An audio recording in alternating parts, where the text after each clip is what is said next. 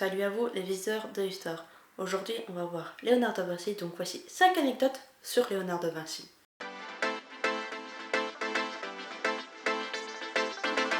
Léonard est né à Vinci, en Toscane, en Italie, le 14 avril 1452. Il est élevé par ses grands-parents paternels dans la maison familiale de Vinci jusqu'à ses 10 ans.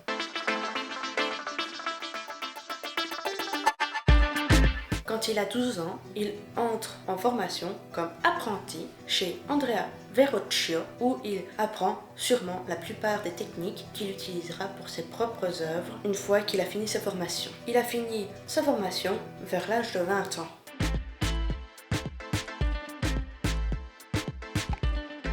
Il faut savoir que Léonard de Vinci n'était pas que peintre, ah oui, était aussi ingénieur.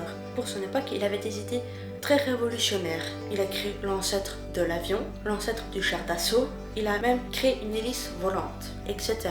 Pour ne citer que les plus célèbres des inventions de ces machineries. Mais n'empêche, ces inventions donneront les objets que nous utilisons au quotidien.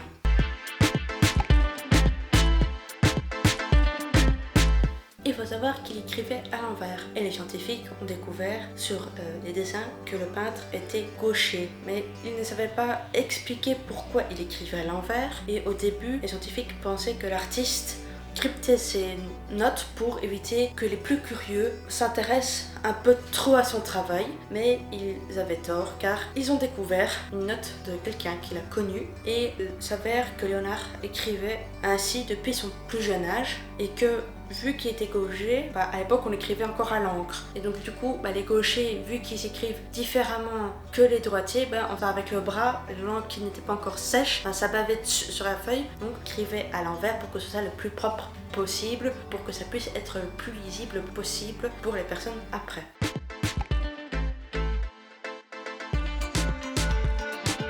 Léonard arrive en France en 1516. D'ailleurs, je vous renvoie vers la vidéo que j'ai faite du Clos Lucé car je parle un peu de Léonard de Vinci et de son arrivée en France.